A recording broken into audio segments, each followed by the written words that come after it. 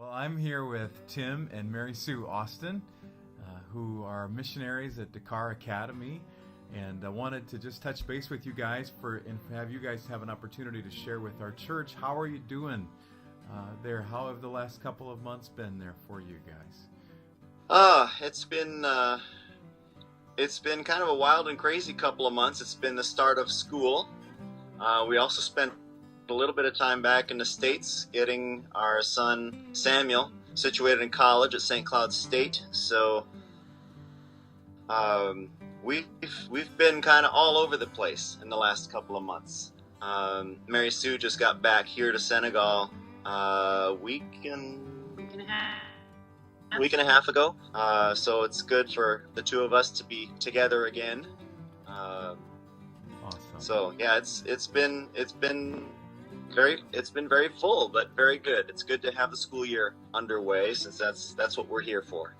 We just would love for our people to know you more by face and by name, so that they can be praying for you. And we appreciate the opportunity to do this interview with you, and we'd love to be able to do some more. And was wondering if you guys could share some of the ways that you've seen God working through your ministry there in the school and in the community. And a lot of our ministry and the work that we do here looks remarkably ordinary. Staff meetings with teachers and conferences with parents and talking with students. It's the same sort of thing that you would expect a middle school principal to be doing in any other kind of context, with the big difference being that we're very international here. And in fact, I had a meeting last week where I had to have an interpreter present, because the missionaries who are wanting to get their son enrolled in school spoke Portuguese and not English, and I speak English and not Portuguese, so we had to have an intermediary. But it was a really sweet time. The family, because their son doesn't speak much English, he's a sixth grader rather. It was iffy whether they would be admitted into the school, and he really, really wanted to come here. His previous school, he was feeling like he was being picked on, and corporal punishment is a thing that's allowed here. So he was getting beaten, and he was just really hoping to be able to get into our school. And after conversation through translator with the parents, I told them that as long as he's able to work independently on his English, we'd admit him to our school. And it was a sweet thing to see this sixth grade boy break into tears at the thought of getting to come to our school. And his parents were so grateful. And he just said he wanted to pray. And so the sixth grader starts praying in Portuguese, thanking God for Dakar Academy, thanking God for the opportunity to come and meet new friends and have some new teachers. And the little moments like that, they're not the ordinary principal's experience, but it was sure a sweet one for me. That is awesome.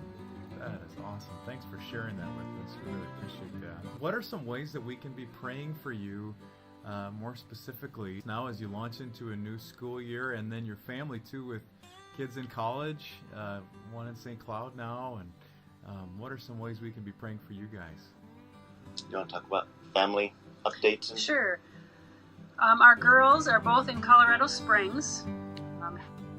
Hannah is married, and her husband Mark is deployed in Afghanistan right now. So that is a huge prayer for Mark and for Hannah as they're apart. And then our daughter Elizabeth moved to Colorado Springs to be with Hannah and is doing online classes and looking for a job. So prayer request that she would be able to find a good job. That said, Samuel is in college at St. Cloud State.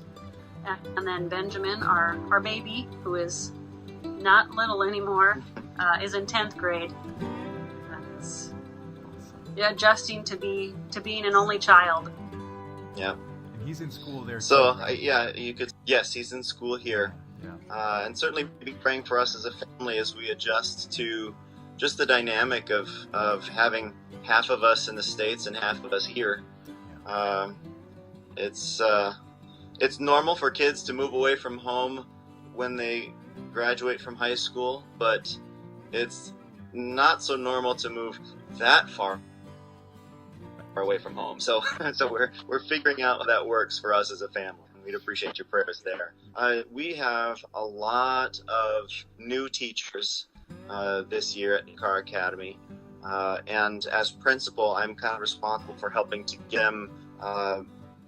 get them equipped and prepared for the work that they're doing here.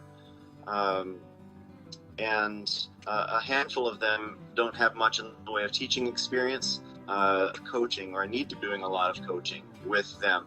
So I'd ask that you'd pray for me in that role, that I'm able to work effectively with, especially our new teachers. I think 5 of the 13 or so teachers that I'm directly responsible for haven't taught before. So that's an extra responsibility. So you'd appreciate prayer for that. Thank you for being willing to do this with us and taking time out of your schedules there to do this. It's great to be able to see you as a church and to be able to put faces with names for some of the new people in our church who have never met you before, and so they can pray for you. And right. It's a joy to partner with you in what you're doing there in Senegal. God bless you guys.